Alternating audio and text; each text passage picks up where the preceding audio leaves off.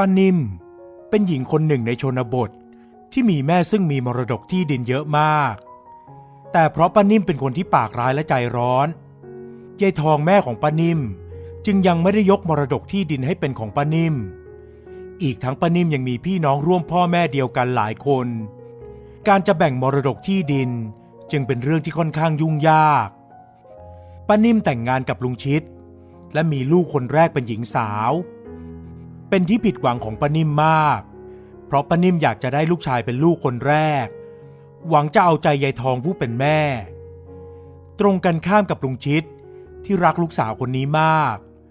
เพราะปราณีลูกสาวคนโตเป็นเด็กหน้าตาน่ารักแม้จะมีผิวสองสีไม่ได้มีผิวขาวแต่ก็มีดวงตากลมโตเมื่อเริ่มหัดพูดหัดเดินก็พูดจาน่ารักช่างฉอเลาะจากที่ป้านิ่มคิดว่าแม่ของตัวเองคงอยากได้หลานชายเป็นหลานคนแรกของตระกูลแต่กลายเป็นว่ายายทองรักหลานสาวคนนี้มากเมื่อเติบโตขึ้นเริ่มเป็นสาวรุ่นปราณีก็ยังเป็นคนที่มีมารยาทเรียบร้อยพูดจาอ่อนหวานสุภาพทำตัวดีและอยู่ในโอวาทของผู้ใหญ่ปราณีมักจะไปดูแลยายทองที่เริ่มอายุมากขึ้นหูตาเริ่มฝ้าฟางในทุกๆวันหลังจากเสร็จงานบ้านแล้วปราณีมักจะไปคลุกอยู่กับยายและคอยดูแลยายทองอยู่เสมอด้วยความเป็นลูกสาวคนโตและมีน้องชายตามมาอีก2 คนชื่อเชิดกับชัยซึ่งอายุห่างจากเธอหลายปีปราณีจึงรับงานดูแลบ้านเรือนเองทุกอย่างรวมถึงออกไปช่วยพ่อกับแม่ทำงานในไร่นาด้วยแต่น้องชายทั้งสองเป็นคนปากหวานช่างเอาอกเอาใจและพูดจายกยอปอปั้นคนเป็นแม่อยู่เสมอป้านิ่มเลยรักลูกชายทั้งสองมากเรียกว่ามีอะไรก็แทบจะทูลหัวทูลเกล้าให้เลยทีเดียวน้องชายทั้งสองของปราณีถือเป็นลูกรักของป้านิ่มเพราะเป็นลูกชายสมใจป้านิ่มรักและตามใจลูกชายเพราะเชื่อว่าการมีลูกชายและหากลูกชายได้บวชเรียนนั้นจะทำให้นางได้เกาะชายพระเหลืองขึ้นสวรรค์ดังนั้นไม่ว่าลูกชายต้องการอะไรป้านิ่มก็จะตามใจลูกชายเสมอแม้งานไร่นาจะไม่ค่อยได้ไปช่วยทำแต่ก็ไม่เคยโดนบ่นว่าพอไปช่วยก็ช่วยได้เพียงนิดหน่อยแล้วก็บ่นว่าปวดเมื่อยเนื้อตัวทำไม่ไหวบ้างส่วนปราณีนั้นเรียกว่าเป็นลูกรักของนายชิดผู้เป็นพ่อและเป็นหลานรักของยายทองเมื่อถึงวัยที่จะต้องออกเรือนปราณีก็มีชายหนุ่มคนหนึ่งชื่อนายเอิบที่อยู่หมู่บ้านเดียวกันมาชอบพอยายทองและลุงชิดเห็นว่านายเอิบเป็นคนดีขยันขันแข็งเมื่ออีกฝ่ายพาผู้ใหญ่มาสู่ขอทั้งสองเลยตกลงยกปราณีให้แต่งงานกับนายเอิบโดยไม่ได้เรียกสินสอดเป็นเงินทองมากมายอะไรแต่เรียกแค่พอเป็นพิธีเท่านั้นนั่นสร้างความไม่พอใจให้กับป้านิ่มเป็นอย่างมากเพราะหวังจะเอาเงินสินสอดจากลูกสาวมาเก็บไว้เพื่อให้ลูกชายทั้งสองเอาไปเป็นเงินสินสอดไว้ขอสาวมาเป็นสะใภ้ต่อแต่เมื่อมี2 เสียงอย่างนายชิดและยายทองเห็นดีเห็นงามป้านิ่มเลยไม่กล้าเอ่ยแย้งมากนักเมื่อเอิบแต่งงานกับปราณีแล้วเขาก็เข้ามาอยู่ในบ้านของหญิงสาวและเป็นหัวเรี่ยวหัวแรงหลักในการช่วยปราณีทำไร่ทำนาเพราะเขาเป็นชายหนุ่มที่ขยันขันแข็งรูปร่างใหญ่โตแข็งแรงและการที่เอิบเป็นคนขยันทำการทำงานทุกอย่างยิ่งทำให้น้องชายของปราณีนั้นทำตัวเจ้าสำราญได้สะดวกมากขึ้นเพราะมีคนมาช่วยทำไร่ทำนาแล้วเงินที่ได้จากการทำไร่ทำนาและขายผลผลิตนั้นป้านิ่มก็เก็บเอาไว้เองทั้งหมดยายทองกับลุงชิดที่เห็นอย่างนั้นก็กลัวว่าปราณีกับเอิบจะไม่มีทรัพย์สินเป็นของส่วนตัวเลยให้คำแนะนำว่าให้เอิบพาปราณีออกไปปลูกบ้านอยู่ต่างหากและจะมาช่วยทำนาทำไร่เหมือนเดิมก็ได้หรือจะไปทำมาหากินส่วนตัวเองก็ได้ลุงชิดมีที่ดินแปลงเล็กๆอยู่1 แปลงก็แอบยกให้ลูกสาวคนโตอย่างปราณีได้แยกออกไปปลูกเรือนหลังเล็กอยู่กับสามีของเธอตอนแรกที่ป้านิ่มรู้ก็โวยวายจะไม่ยอมเพราะเห็นว่าลุงชิดยกที่ดินให้ปราณีเพียงคนเดียวแบบนี้ไม่ถูกลูกชายอีก2 คนก็ควรจะได้มรดกนี้ด้วยแต่ลุงชิดก็บอกว่าที่ดินนั้นเพียงแค่ไม่กี่งานเท่านั้น ควรยกให้เป็นของขวัญแต่งงานให้กับลูกสาวคนโตอีกทั้งเอิบก็ช่วยทำงานไร่นามาหลายปียังไม่เคยได้รับส่วนแบ่งอะไรเลยที่ดินแปลงน้อยนั้นถือว่าเป็นสินน้ำใจให้ลูกเขยด้วยลุงชิดยังบอกอีกว่าเชิดกับชัยยังมีมรดกจากยายทองรออยู่อีกมากเพราะทั้งสองถือเป็นหลานชายเพียง2 คนเท่านั้นน้องๆของป้านิ่มก็ล้วนเป็นผู้หญิงทั้งหมดเมื่ออ้างมรดกจากยายทองไปแบบนั้นป้านิ่มก็เลยยอมเมื่อเอิบแยกออกมาปลูกเรือนแล้วก็ยิ่งขยันมากกว่าเดิมไปอีกหลายเท่าตัวชายหนุ่มไปช่วยบ้านปราณีทำนาและยังแบ่งเวลามารับเหมาปลูกบ้านตามที่เขาเคยทำก่อนหน้านี้ทำให้ทั้งสองเริ่มมีเงินเก็บหลังจากที่ต้องให้ป้านิ่มเก็บเงินทั้งหมดมาหลายปีเวลาผ่านไปไม่นานยายทองก็เริ่มเจ็บออดๆแอดๆจึงได้เรียกปราณีไปพบรวมถึงลูกของนางอีก3 คนแต่ไม่ได้เรียกป้านิ่มไปหาแม่จะแบ่งที่ดินแปลงเล็กริมแม่น้ำให้ปราณีพวกเองเป็นน้าของปราณีก็ช่วยเป็นพยานด้วยนะเดี๋ยวแม่มันจะมาอาละวาดแย่งที่ดินของลูกยายทองสั่งเสียเรื่องมรดกกับลูกทั้ง3 คนซึ่งทั้ง3 คนก็รักและเอ็นดูหลานสาวอย่างปราณีมากเพราะปราณีจะเป็นคนมาช่วยดูแลยายทองอยู่เสมออีกทั้งปราณีกับสามีก็เป็นคนขยันขันแข็งรู้จักทำมาหากินหากได้ที่ดินมรดกไปก็เชื่อว่าจะรักษาเอาไว้เป็นอย่างดีไม่ขายที่ดินกินอย่างแน่นอนจากนั้นยายทองก็ได้บอกลูกให้ไปตามผู้ใหญ่บ้านที่นับถือกันมาพบที่บ้านและขอให้ผู้ใหญ่บ้านเป็นพยานจากนั้นก็เรียกป้านิ่มมาด้วยแล้วก็เริ่มบอกลูกว่าจะแบ่งที่ดินแปลงไหนให้กับใครบ้าง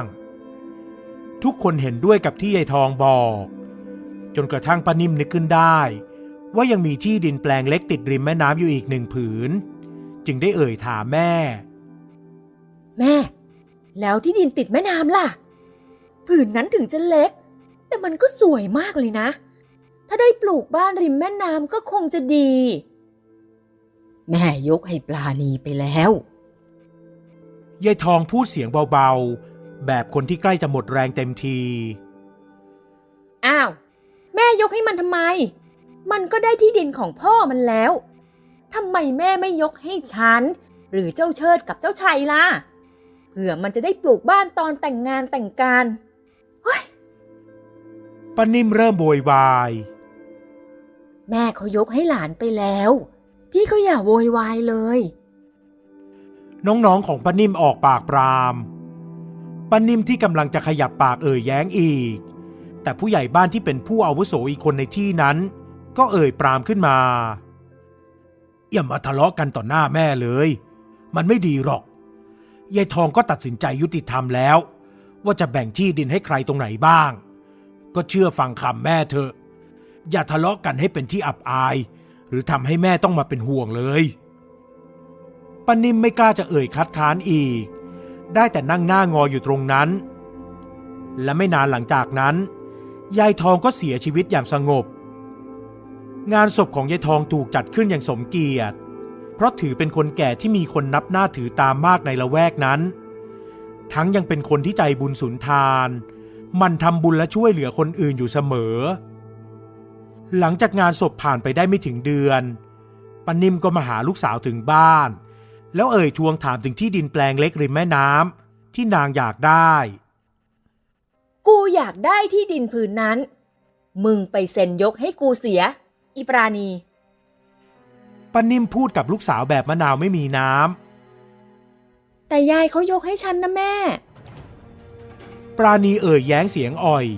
เพราะไม่อยากมีเรื่องถกเถียงกับคนเป็นแม่อินนี่ก็กูบอกว่ากูอยากได้เอาไว้ให้น้องชายมึงไงอีกหน่อยมันก็มีลูกมีเมียมันจะได้มีที่ดินปลูกบ้านแต่เดี๋ยวอีกหน่อย2 คนนั่นก็จะได้ที่ดินแบ่งจากส่วนของแม่อยู่แล้วทำไมแม่ต้องมาขอที่ดินผืนนี้ด้วยน้อยอีลูกเนรคุณ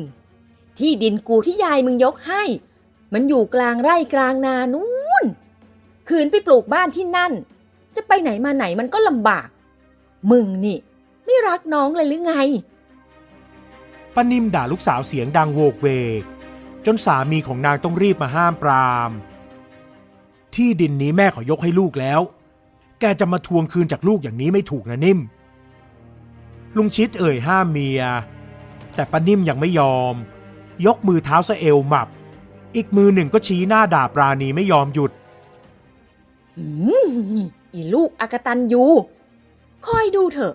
กูจะเอาที่ดินนี้ให้ได้พอด่าลูกจบแล้วนางก็เดินกลับบ้านไปด้วยความโมโหปราณีร้องไห้ออกมาจนคนเป็นพ่อต้องมาปลอบและบอกว่าตราบใดที่พ่อยังอยู่จะไม่ยอมให้แม่มาบังคับเธอเรื่องที่ดินอีกหลังจากนั้นเชิดน้องชายของปราณีก็ไปชอบหญิงสาวต่างหมู่บ้านซึ่งเป็นลูกของคนมีหน้ามีตาพอสมควรป้านิ่มจึงไปสู่ขอพร้อมทั้งบอกว่าจะมอบสินสอดให้เป็นเงินจำนวนหนึ่งบวกกับที่ดินอีก1 แปลงด้วยทั้งพ่อแม่เจ้าสาวจึงยินดียกลูกสาวให้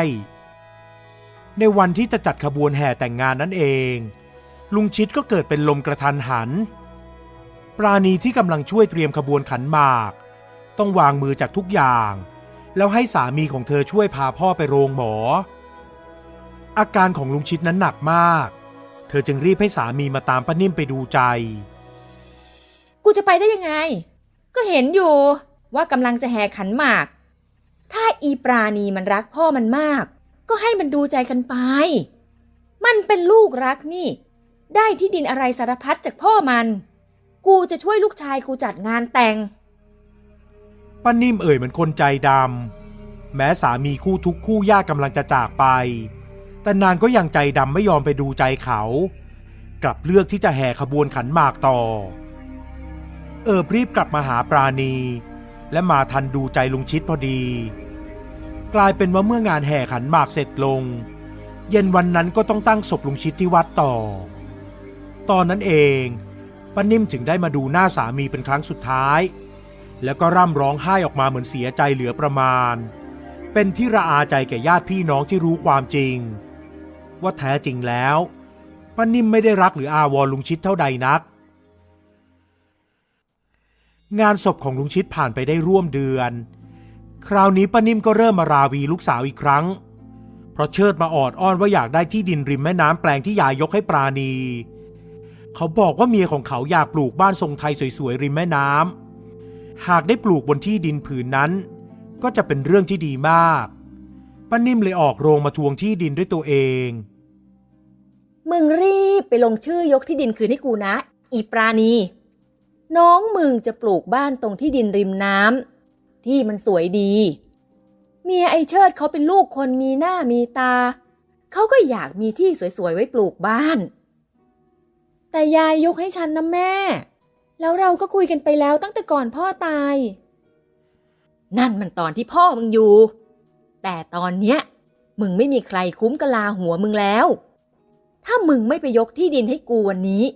กูจะเอาเลือดหัวมึงออกเสียเดี๋ยวนี้แหละป้านิ่มคว้าเอาไม้แถวนั้นมาถือขู่ลูกสาวแต่ปราณีก็ยืนการปฏิเสธไม่ได้ยายยกให้ฉันแล้วฉันจะยกให้คนอื่นต่อได้ยังไงที่ดินส่วนของแม่ฉันก็ไม่คิดจะเอาฉันได้แค่นี้แม่ยังคิดจะมาเอาไปจากฉันอีกหรือแม่ไม่คิดว่าฉันเป็นลูกบ้างหรือไงหรือคิดว่ามีลูกแค่เจ้าเชิดกับเจ้าชาย2 คนเท่านั้นพอปราณีเอ่ยไปแบบนี้ก็เหมือนเอาน้ำมันไปราดลงบนกองไฟป้านิ่มโกรธจนเลือดขึ้นหน้าที่โดนกล่าวหาว่ารักลูกลำเอียงอีลูกเนรคุณนี่พูดไม่รู้เรื่องดีล่ะมึงดื้อแพ่งนักใช่ไหมวันนี้กูจะเอาเลือดหัวมึงออกมาล้างตีนกูสักทีพอด่าจบนางก็ฟาดไม้ใส่หัวลูกสาวทันทีโอ๊ยปราณีที่โดนตีล้มลงไปและเลือดก็ไหลอาบจากบาดแผลที่หางคิ้วทันทีป้านิ่มยังไม่ยอมหยุดคว้าไม้ยกขึ้นจะตีซ้ำปราณีรีบยกแขนขึ้นบังหน้าตัวเองในจังหวะที่ป้านิ่มฟาดไม้ลงมาอีกครั้งจึงโดนแขนของปราณีไปแบบเต็มๆและก่อนที่ปราณีจะเจ็บตัวไปมากกว่านั้นก็มาถึงบ้านพอดีเขารีบวิ่งเข้ามาช่วยพยุงภรรยาให้ลุกขึ้น ปราณีเป็นอะไรมากไหมมาลุกขึ้นมาก่อนเอิบเอาตัวเข้าขวางระหว่างแม่ยายกับภรรยาของเขาทำให้ป้านิ่มไม่กล้าทำอะไรลูกสาวอีกบอกเมียมึงนะไอ้เอิบให้มันไปยกที่ดินให้กูไม่อย่างนั้นกูจะไม่ให้มึงอยู่อย่างสงบแน่จากนั้นนางก็เดินอาดกลับบ้านไปพอเอิบเห็นสภาพภรรยาตัวเองแล้วก็สงสารมากรีบพาปราณีไปโรงหมอเพื่อทำแผลและทำการรักษาปรากฏว่านอกจากหัวแตกแล้วปราณียังแขนหักอีกด้วยหลังจากเหตุการณ์นั้นทั้งสองคนก็ได้ตัดสินใจจะยกที่ดินของยายทองคืนให้ป้านิ่มแม้ว่านานาของปราณีจะคัดค้านแต่เอิบก็บอกว่าไม่อยากให้เกิดเรื่องทะเลาะเบาะแว้งจนปราณีต้องเจ็บตัวอีกดังนั้นทุกคนเลยเห็นพ้องต้องกันว่าจะยกที่ของยายให้กับป้านิ่มจะได้หมดเรื่องหมดราวกันเสียทีปราณีจึงตัดสินใจยกที่ดินแปลงงามริมแม่น้ำให้กับป้านิ่มและทั้งสองก็ไม่ไปวุ่นวายกับงานไร่นาของป้านิ่มอีกเลยปล่อยให้น้องชายทั้งสองรับผิดชอบไปแรกๆป้านิ่มก็สาปส่งว่าปราณีเป็นลูกอกตัญญูไม่คิดจะมาช่วยทำนาจนเชิดกับชัยต้องมาทำนาเองและป้านิ่มยังเอ่ยปรามาสว่าทั้งลูกสาวและลูกเขยคงไปไม่รอดแน่ๆเพราะมีที่ดินแค่แมวดิ้นตายเท่านั้นจะไปรอดได้อย่างไรจะทำมาหากินอะไรได้แต่เอิบก็ขยันทำงานรับจ้างทุกอย่างเรียกว่าเป็นคนหนักเอาเบาสู้ปราณีก็ช่วยสามีเท่าที่จะทำได้กลับกลายเป็นว่าทั้งสองตั้งเนื้อตั้งตัวได้อย่างรวดเร็วลูกเต้าของทั้งสองก็ขยันขันแข็งไม่แพ้พ่อกับแม่ชีวิตครอบครัวของปราณีจึงมีแต่คนสรรเสริญและชื่นชมตรงข้ามกับน้องชายของปราณีทั้งสองที่หลังจากแต่งงานแล้วเชิดก็เจ้าชู้ไปติดผู้หญิงคนนั้นคนนี้ไม่หยุดส่วนชายก็เอาที่ดินที่ป้านิ่มยกให้ไปขายแล้วก็หอบเงินไปตั้งหลักที่ถิ่นอื่นพร้อมกับเมียของเขาเชิดนั้นพอเมียคนหนึ่งท้องก็แอบไปติดผู้หญิงอีกคนพอเมียคนที่ท้องรู้เรื่องก็หอบท้องหนีกลับบ้านและเลิกรากันไปเรื่องราวจึงวนเวียนอยู่แบบนี้จนกระทั่งเขาได้เมียคนที่สี่ซึ่งคนนี้ยอมอดทนอยู่กับเขาได้นานกว่าคนอื่นแต่กระนั้นก็เริ่มบ่นว่าเบื่อเพราะป้านิ่มนั้นบัดนี้กลายเป็นคนแก่หลงลืมกินข้าวก็เลอะเทอะขับถ่ายเรี่ยราดทำให้เมียของเชิดต้องมาคอยรับผิดชอบดูแลเชิดเองก็ไม่สนใจปล่อยให้เมียต้องมารับภาระดูแลแม่ของเขาส่วนเขาก็ไปกินเหล้ายากับเพื่อนฝูงอาศัยเงินที่ได้จากการแบ่งขายที่ดินมาใช้ไปวันๆพอเงินหมดก็แบ่งที่ดินขายอีกจนกระทั่งเหลือที่ดินผืนสุดท้ายก็คือที่ดินริมแม่น้ำที่ปราณียกคืนให้ป้านิ่มนั่นเองตรงกันข้ามกับปราณีและเอิบที่ช่วยกันทำมาหากินจนสามารถซื้อที่ดินได้หลายแปลงลูกเต้าก็ร่ำเรียนหนังสือกันจนจบวันหนึ่งแม่ยายของเชิดเสียชีวิตเขาต้องพาเมียกับลูกไปงานศพแต่ด้วยความที่ป้านิ่มเป็นคนแก่ที่เลอะเลือนแล้วเขาจึงพาแม่ไปด้วยไม่ได้ชายหนุ่มจะใช้วิธีปิดประตูบ้านเอาไว้และให้แม่อยู่บนบ้านที่เป็นเรือนไม้ใต้ถุนสูงเพราะบ้านอยู่ริมน้ำจึงต้องทำใต้ถุนสูงเพื่อรับฤดูกาลน้ำหลากในทุกๆปีจะดีหรือพี่ให้แม่อยู่คนเดียวแบบเนี้ยเมียของเชิดยังอดเป็นห่วงป้านิ่มไม่ได้แม้จะรำคาญแม่สามีมากก็ตามทีไม่เป็นไรหรอกคนแก่เลอะเลือนอย่างแม่จะไปไหนได้เดินก็ไม่ไหวได้แต่นั่งถัดไปแบบนั้นไปกันเถอะรีบไปได้แล้วเชิดว่าอย่างนั้นแล้วก็ปิดประตูเรือนตรงระเบียงที่เชื่อมต่อกับบันไดลงไปยังชั้นล่างของบ้านซึ่งประตูที่ว่าก็เป็นเพียงไม้ซี่ที่ตีเอาไว้เป็นแผงกั้นเท่านั้นไม่ได้แน่นหนาอะไรเลยสักนิดเพราะด้านนอกบ้านก็มีรั้วมิดชิดอยู่แล้วพอทั้งสองลับตาไปแล้วป้านิ่มที่หลงลืมก็ค่อยๆกระเถิบกายออกมาจากห้องกวักมือเรียกลูกหยอยๆไปด้วยให้กูไปด้วยกูจะไปเที่ยวอย่าทิ้งกูไว้คนเดียวนางร่ำร้องไปตามประสาคนแก่ที่สมองเสื่อมแล้วป้านิ่มกระเถิบกายมาจนถึงประตูกั้นหน้าบันได แต่นางยืนไม่ได้แล้วจึงงกเงินพยายามจะเปิดประตูให้ได้แต่ก็เปิดไม่ได้โดยง่ายทว่าด้วยความไม่อยากถูกทิ้งเอาไว้คนเดียวสุดท้ายแกก็พยายามเปิดประตูแผงกั้นนั้นออกไปจนได้แต่อนิจจานางเสียหลักพลัดตกบันไดลงมายังพื้นดินเบื้องล่างหัวของนางกระแทกบันไดจนแตกเลือดอาบไม่ผิดกับที่นางเคยทำร้ายลูกสาวเลยสักนิดแขนขาก็หักเพราะกระดูกคนแก่เปราะบางอยู่แล้วนางนอนร้องโอดโอยด้วยความเจ็บปวดแต่ไม่มีใครได้ยินเสียงสุดท้ายก็สิ้นใจตายด้วยความทรมานอย่างสุดแสนกว่าเชิดกับลูกเมียจะกลับมาพบป้านิ่มก็เสียชีวิตไปนานแล้วการตายของป้านิ่มนั้นคนที่เสียใจก็เห็นจะมีแต่ปราณีลูกชังของนางเท่านั้นส่วนลูกชายลูกรักของนางกลับรู้สึกโล่งใจเพราะต่อไปนี้เขาจะไม่ต้องมาคอยดูแลแม่ที่เป็นคนหลงลืมอีกแล้วนอกจากนี้เชิดกับชัย